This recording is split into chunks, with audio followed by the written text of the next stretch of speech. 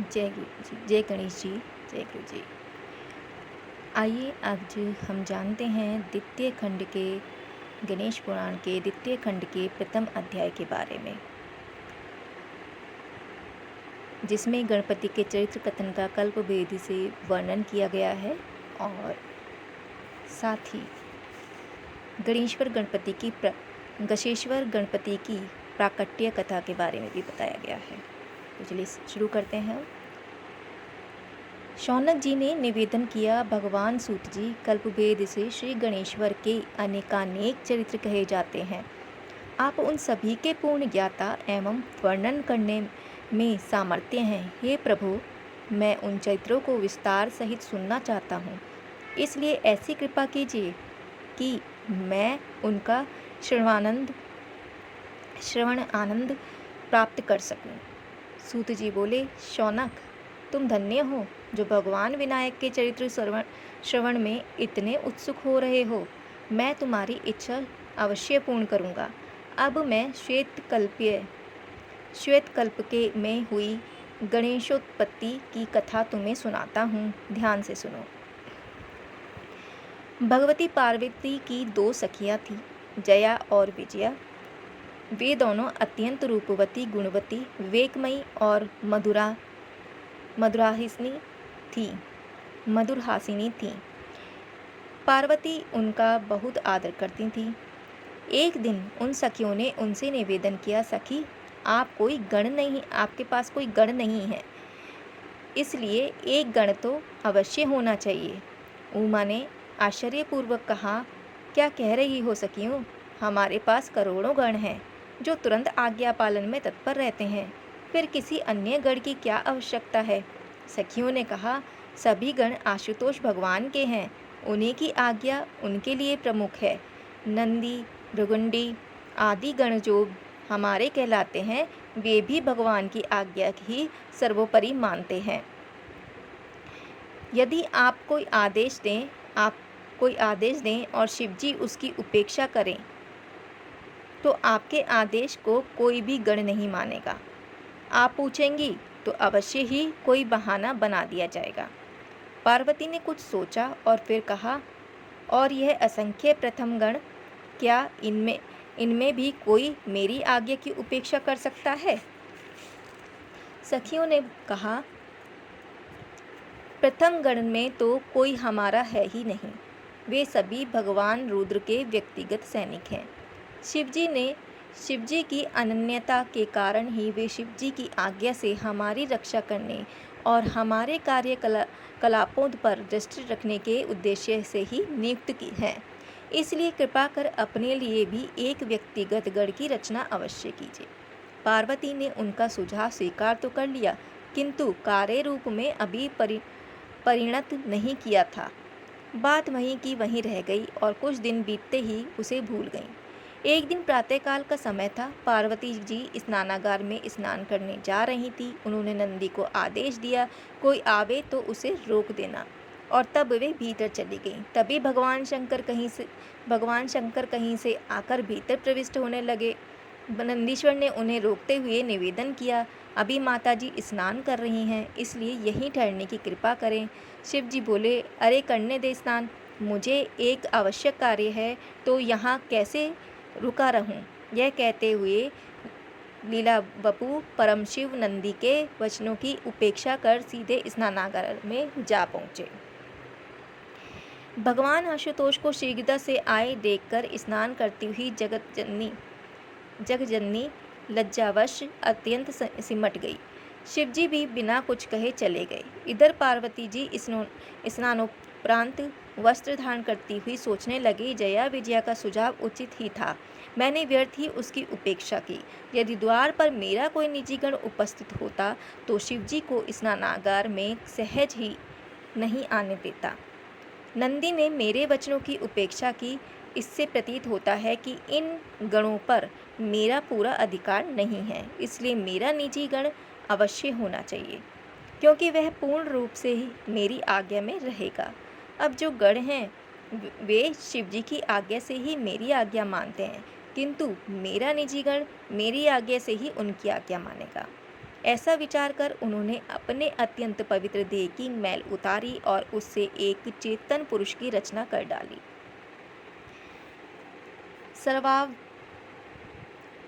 सर्वावयव निर्दोषम सर्वावयव सुंदरम विशालम सर्वशोभाढ्यम महाबल पराक्रमम, अर्थात वह पुरुष सभी शुभ लक्षणों से संपन्न, समस्त अवयवों से दोष रहित, अत्यंत सुंदर, अंग वाला, विशालकाय, अद्भुत शोभामय और महाबली एवं पराक्रमी था। पार्वती जी ने तुरंत ही अनेक प्रकार के दिव्य आभूषण धारण कराए और शुभ आशीर्वाद देती हुई बोली, वत्स तू मेरा ही पुत्र है, मेरा हृदय रूप होने के कारण मेरा ही है, तुझसे अधिक प्रिय अन्य कोई नहीं है। तब उस पुरुष ने अत्यंत आदरपूर्वक जगजननी के चरणों में मस्तक रखकर प्रणाम किया और फिर हाथ जोड़कर बोला, जननी मैं आपका ही हूँ, आपका ही रहूँगा, सदैव आपकी आज्ञा पालन करूँगा। अब आपकी क्या इच्छा है उस विषय में आदेश दीजिए। आपके द्वारा निर्दिष्ट प्रत्येक कार्य करने के लिए मैं प्रस्तुत हूँ। पार्वती बोली, पुत्र तुम्हें मेरी आज्ञा से भिन्न किसी की भी आज्ञा नहीं माननी है। तुम मेरे द्वारपाल रूप में रहो और कोई भी कहीं से भी आया तो उसे मेरे अंतःपुर में तब तक न आने दो जब तक मेरा आदेश प्राप्त न कर लो। इस विषय में तुम्हें सदैव सतर्क रहना होगा। द्वितीय खंड का प्रथम अध्याय यहीं समाप्त होता है। आइए अब जानते हैं द्वितीय खंड के द्वितीय अध्याय के बारे में, जिसमें गणपति का शिवगण से युद्ध वर्णन बताया गया है। यह कहकर पार्वती जी ने अपने पुत्र के मस्तक पर हाथ फेरा और उसके हाथ में एक दिव्य छड़ी दे दी। इस समय वह अत्यंत सुंदर और शोभा संपन्न प्रतीत हो रहा था, इसलिए पार्वती जी उसे देखकर आनंद में अत्यंत निमग्न हो गईं।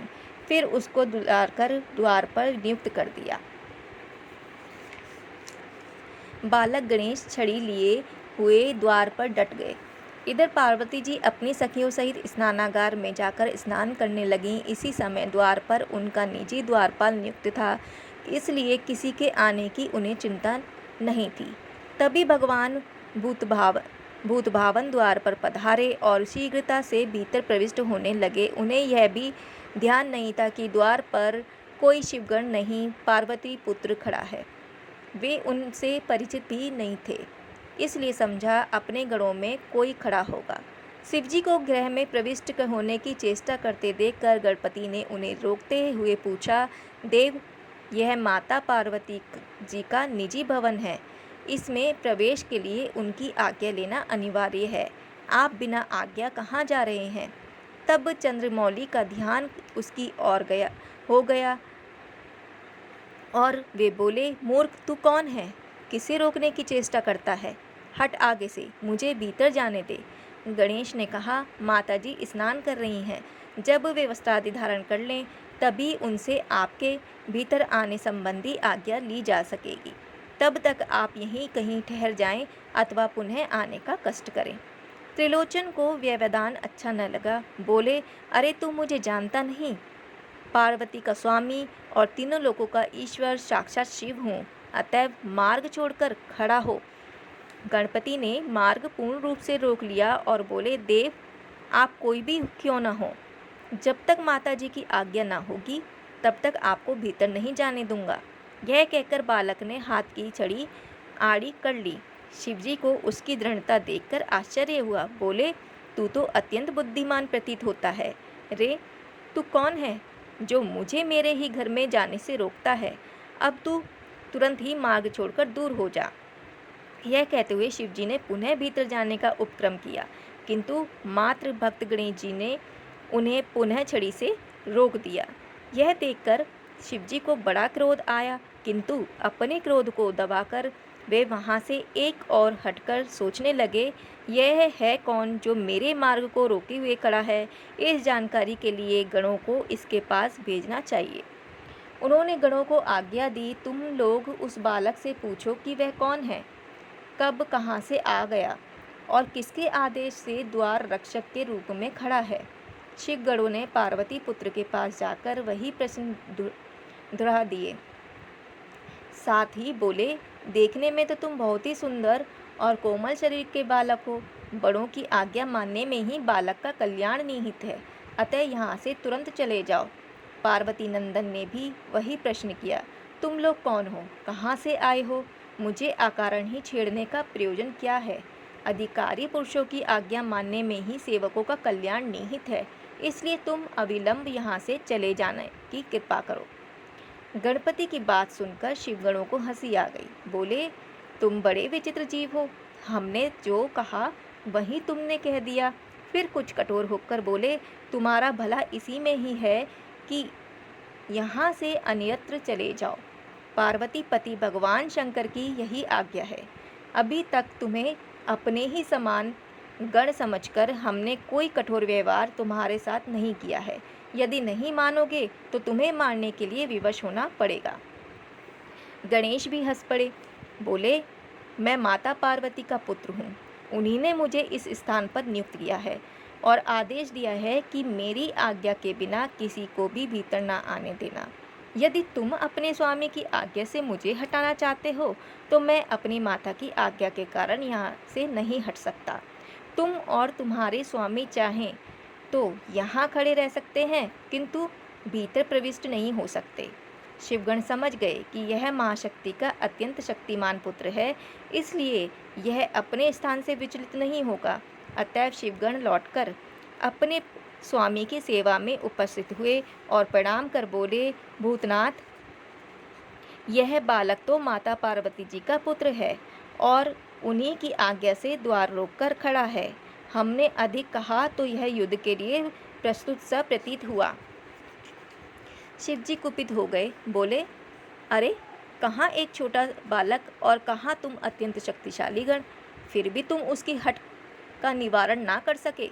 यदि यह वह इतना दुराग्राही है तो उसे बल प्रयोग द्वारा द्वार से हटा दो। यदि युद्ध भी करना पड़े तो कर सकते हो। गणों ने शिवजी को प्रणाम किया और पुनः भवन द्वार की ओर चले। इस बार उन सब ने अपने हाथों में विविध प्रकार के शस्त्रास्त्र ले रखे थे। उन्हें अपनी ओर आते देखकर गणेश जी उनकी ओर तनकर खड़े हो गए। शिवगणों ने उन्हें पुनः चेतावनी दी, बालक तुम कोई भी हो, अब तुम्हें तुरंत हटना होगा, अन्यथा तुम अकारण ही मृत्यु मुख में जा पहुँचोगे, क्योंकि हमें भगवान शिव की आज्ञा का पालन करना अनिवार्य है। गणपति ने भी निर्भीकता से उत्तर दिया, शिवाज्ञा पालक गणों, तुम बहुत हो और मैं अकेला ही शिवा की आज्ञा के पालन में तत्पर हूँ। फिर भी माता पार्वती जी अपने पुत्र की और भूत भावन भगवान शंकर अपने गणों की शक्ति को स्वयं देख लें। अब शिव शिवा के पृथक पृथक पक्ष में से क्रमशः निर्बल अकेले बालक का बल और बलवान शिवगणों का युद्ध आरंभ होने को है। हे शिवगणों, आपने तो पहले ही अनेक बार युद्ध किया होगा, इसलिए युद्ध में दक्ष होंगे, किंतु मैं तो अभी युद्ध कला में ही अनभिज्ञ हूँ। इस पर भी शिव शिवा ने इस विवाद में तुम्हें पराजय का सामना करना पड़ेगा, परंतु ध्यान रहे कि वह हार जीत तुम्हारी हमारी नहीं वरन जगदम्बा जगदीश्वर की होगी। बालक की बात सुनकर शिवगणों को क्रोध आ गया और तब नंदी भृगुंडी छड़ी से ही कठोर प्रहार करने लगे। तब नंदी भृगुंडी आदि शिवगणों ने उन पर प्रहार आरंभ कर दिया। गणेश जी भी क्रुद्ध होकर छड़ी से ही कठोर प्रारंभ करने लगे। दोनों में घोर युद्ध होने लगा। एक और अकेले बाल गणेश और दूसरी ओर अनेकों दुर्धर्ष वीर शिवगण। किंतु कुछ देर में ही शिवगण व्याकुल हो उठे। महाशक्ति के शक्तिमान पुत्र इस समय बहुत भयंकर हो उठे। कल्पांत कर्णे कालो दृश्यते च भयंकरः यथा तथैव दृष्टाः सः सर्वाशं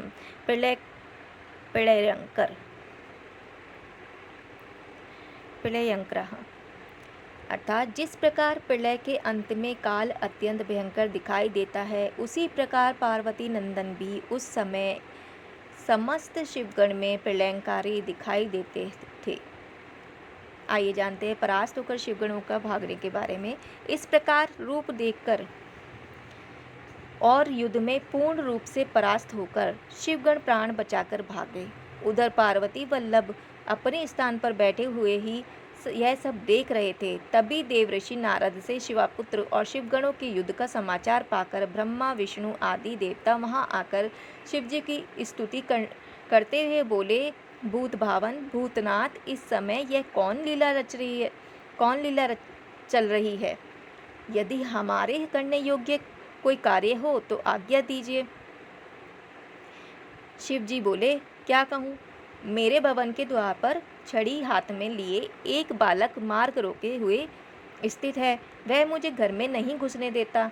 उसके प्रहारों से पीड़ित हुए मेरे सभी पार्षद और गण वहां से भाग खड़े हुए हैं। उनमें से अनेक के अंग भंग हो गए हैं, अनेक वहीं गिरकर ढेर हो गए तथा अनेकों के शरीर से रक्त प्रवाहित हो रहा है। अब आप लोग स्वयं सोचें कि इस स्थिति में क्या कर्तव्य हो सकता है। भगवान विष्णु को उधर जाते देखकर शिवगणों ने उन्हें प्रणाम किया।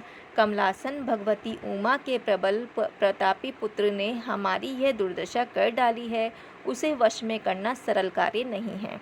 किंतु विष्णु ने विप्र वेश बनाया और ब्रह्मा जी को साथ लेकर पार्वती नंदन के पास गए।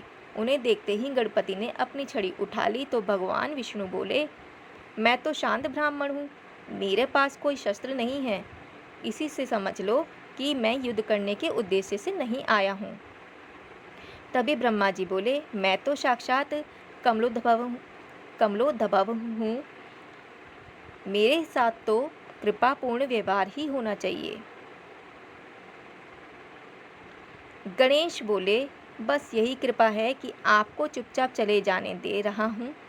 आप शांति प्रिय लोग इस समय बने हुए इस रण क्षेत्र से तुरंत चले जाएं। और ब्रह्मा विष्णु चुपचाप वहां से हट गए। तभी गणों ने भगवान शंकर के चरणों में प्रणाम कर निवेदन किया, प्रभु यह बालक तो हमें प्रलयाग्नि के समान भस्म करने को तत्पर प्रतीत होता है। उससे युद्ध करना कोई सरल कार्य नहीं है। शिवजी के नेत्र लाल हो गए। उन्होंने इंद्रादि देवताओं और षडाननादि प्रमुख गणों तथा भूत प्रेत पिशाच को बुलाकर क्रोधपूर्वक आज्ञा दी, जैसे भी हो उस बालक को वश में करो। मेरे ही घर के द्वार पर बैठ कर वह बालक मुझ पर ही शासन करे, और यह कैसे सहन हो सकता है? शिवजी का आदेश मिलते ही समस्त देवता, वीरवर, कार्तिकेय, सभी शिवगण और भूत प्रेत पिशाच आदि ने विभिन्न प्रकार के तीक्ष्ण शस्त्रास्त्र हाथों में लिए और पार्वती नंदन के पास जाकर उन्हें घेर लिया। उनके चारों ओर दुर्धर्ष दिव्यकर्मा देवगण और अन्यान्य पराक्रमी वीर खड़े थे। गणपति उनके मध्य में अकेले थे, किंतु वे उस महाशक्ति के पुत्र थे जिसकी क्षमता अन्य कोई शक्ति कर नहीं कर सकती। चारों ओर एक साथ होने वाले प्रहार से भी विचलित नहीं हुए। उन्होंने शत्रुओं के सभी प्रहारों को देखते देखते निष्फल कर दिया। कोई भी आयुध उनका कुछ भी बिगाड़ने में सफल नहीं था। महावीर गणपति ने सभी देवताओं, शिवगणों, भूत प्रेत पिशाचों को अपने प्रहारों से पीछे हटा दिया और सभी को विवल कर दिया। समस्त शत्रु सेना भाग खड़ी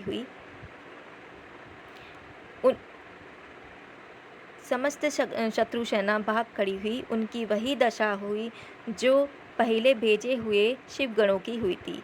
गणेश जी जिधर भी प्रहार कर बैठते, उधर ही काई सी फट जाती, उधर ही रक्त की नदियां सी बहने लगती, उधर ही कटे अंग के ढेर सारे रक्त की धार में बहते हुए अवयव दिखाई देने लगते। देवराज इंद्र का वज्र व्यर्थ हो गया। तारकासुर का वध करने वाले कार्तिक के आयुध निष्फल हो चुके। अकेले बालक ने ऐसा भीषण संहार कर डाला। यह एक अनहोनी घटना थी। सभी देवगण आदि आश्चर्यचकित हो गए थे। यह था गणेश महापुराण के द्वितीय खंड के प्रथम और द्वितीय अध्याय का वर्णन। आगे जो कि अभी तक के लिए यहीं तक है, कल फिर से जानेंगे द्वितीय खंड के तीसरे अध्याय का वर्णन। तब तक के लिए जय गणपति बप्पा, जय गणेश जी, जय लंबोदराय, जय गुरु जी।